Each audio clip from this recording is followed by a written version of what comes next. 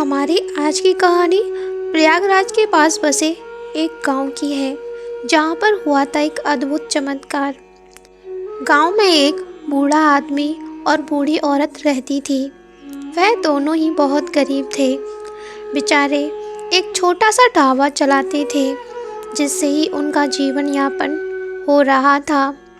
रोज सुबह ही बुढ़िया मंदिर जाया करती थी, जो कि भगवान शिव की बहुत बड़ी भक्त थी। रोज सुबह उठकर मंदिर जाने के बाद ही वह रोज अपने ढाबे पर जाया करती थी। मंदिर जाने के बाद जब वह एक रोज अपने ढाबे पर पहुंची, तो उसका पति बहुत उदास था। बुढ़िया पूछने लगी, अरे क्या हुआ, आप इतने उदास क्यों हो? तभी बूढ़ा व्यक्ति बोला, आज सुबह से कोई नहीं आया है, क्या करूं? तभी थोड़ी ही देर बाद वहां पर एक व्यक्ति आता हुआ दिखाई देता है। बूढ़ा व्यक्ति बहुत खुश हो जाता है कि कम से कम कोई एक ग्राहक तो आया। तभी वह व्यक्ति कहता है, अरे ओ बाबा, मेरे लिए जल्दी से एक थाली तैयार कर दो, मुझे जल्दी निकलना है। ये कहने के बाद वो व्यक्ति ढाबे के अंदर बैठ जाता है, जो कि एक टूटी फूटी झोंपड़ी थी। व्यक्ति ढाबे के अंदर खाना खा रहा था।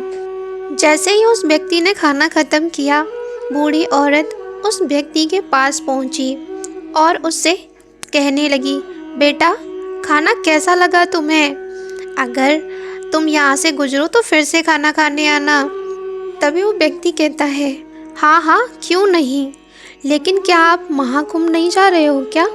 144 साल के बाद ये महाकुंभ लग रहा है, आपको भी वहाँ जाना चाहिए। सभी लोग जा रहे हैं और मैं भी उसी ओर के लिए जा रहा हूँ। तभी बूढ़ी औरत कहती है, क्या महाकुंभ? हाँ हाँ बेटा, मैं भी जाऊँगी, मैं तो बहुत दिनों से इसका इंतज़ार कर रही थी। तभी व्यक्ति कहता है, ठीक है माँ, ज़रूर जाना। कहते हैं वहाँ जाने से मोक्ष की प्राप्ति होती है और सारे बुरे कर्म धुल जाते हैं। मैं तो ज़रूर जाऊँगा। तो ठीक है माँ, मैं यहाँ से चलता हूँ, मुझे निकलना है। दूसरे रोज ही बूढ़ी औरत और वह बूढ़ा आदमी अपने घर से महाकुंभ जाने के लिए निकल जाते हैं। कुछ रास्ते वह पैदल चलते हैं, तो कुछ रास्ते में वह किसी वाहन में बैठ जाते हैं, क्योंकि उनके पास पैसे कम थे।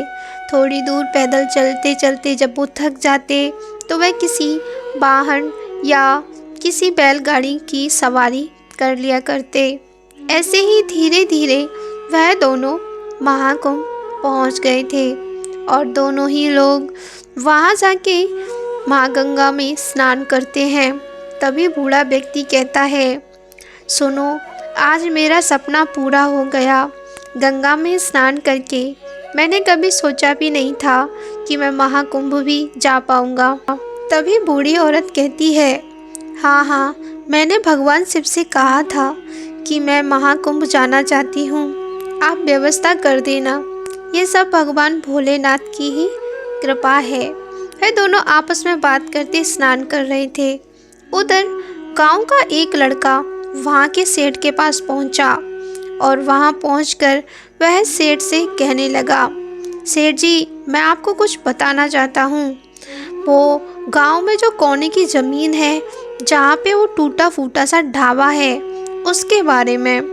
तभी वह सेठ भी ध्यान से उसकी सारी बातें सुनता है और कहता है, बोलो, क्या कहना चाहते हो? तभी वो कहता है, सेठ जी, वो बुढ़ा बुढ़िया आपकी ज़मीन पर कब्जा कर कर बैठे हैं, क्यों ना वहाँ पर आप एक होटल बनवा दो, अच्छी आमदनी होगी।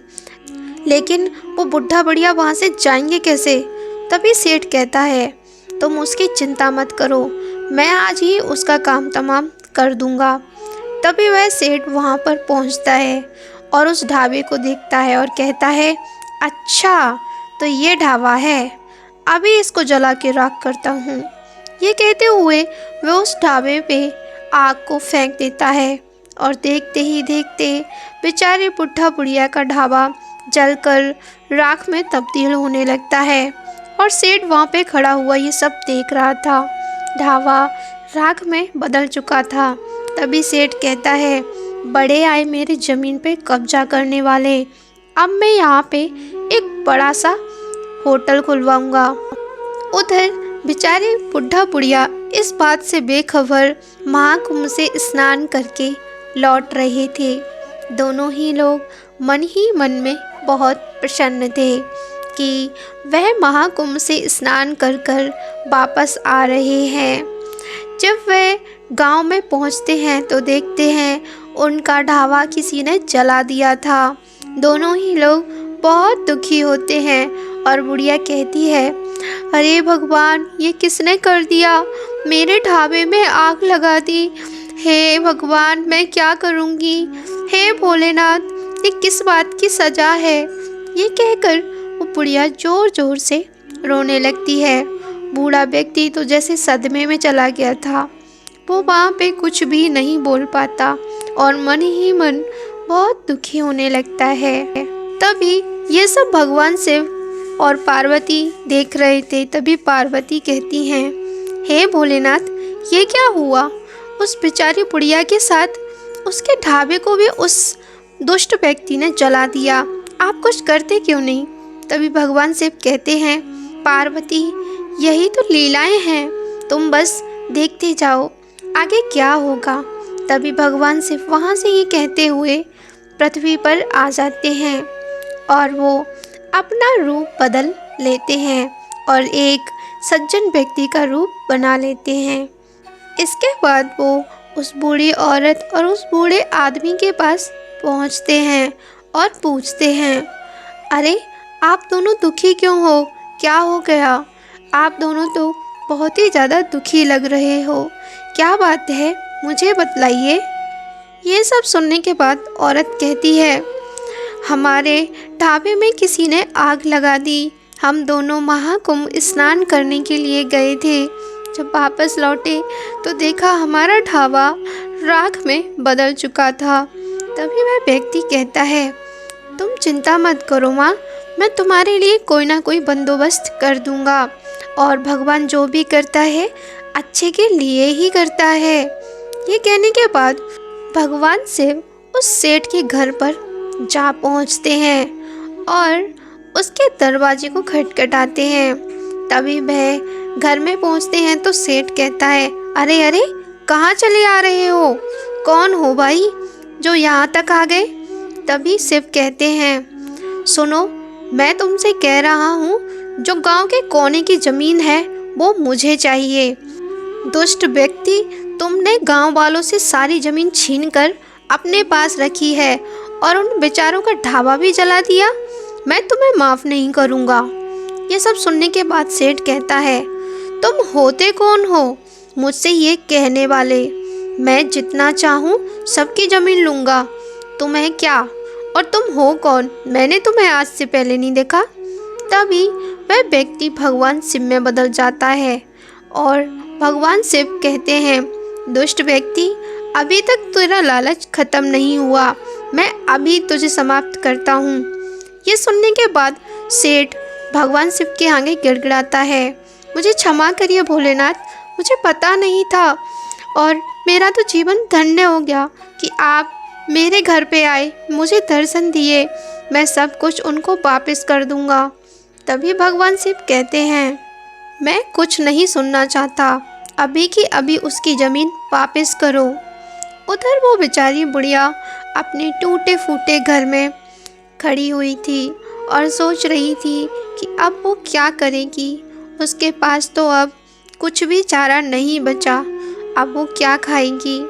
तभी वो सेठ उस बुढ़िया के घर पर पहुंच जाता है और वहां पहुंचने के बाद कहता है, बूढ़ी माँ, मुझे माफ़ कर दो, मैंने ही तुम्हारा वो ढाबा जलाया था, लेकिन मैं अब तुमसे वादा करता हूँ, मैं तुम्हें उससे भी अच्छा ढाबा बनाकर दूंगा।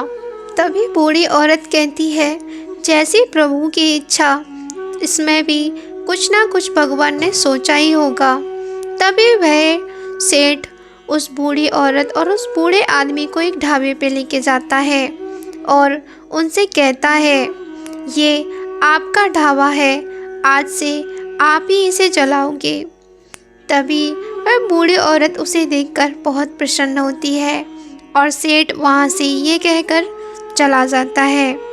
उधर जब रात में वह बूढ़ा व्यक्ति सो रहा था, तभी उसके सपने में भगवान से बातें हैं जो कि अपना रूप बदल रहे थे। ये सपना देखने के बाद सुबह वह जागता है और उस बूढ़ी औरत को बताता है। दोनों ही लोग समझ जाते हैं कि भगवान शिव ही यहाँ पर उनकी मदद करने के लिए आए थे। तो फ्रेंड्स, वीडियो कैसी लगी कमेंट करके ज़रूर बताना एंड चैनल को लाइक एंड सब्सक्राइब करना बिल्कुल मत भूलिए।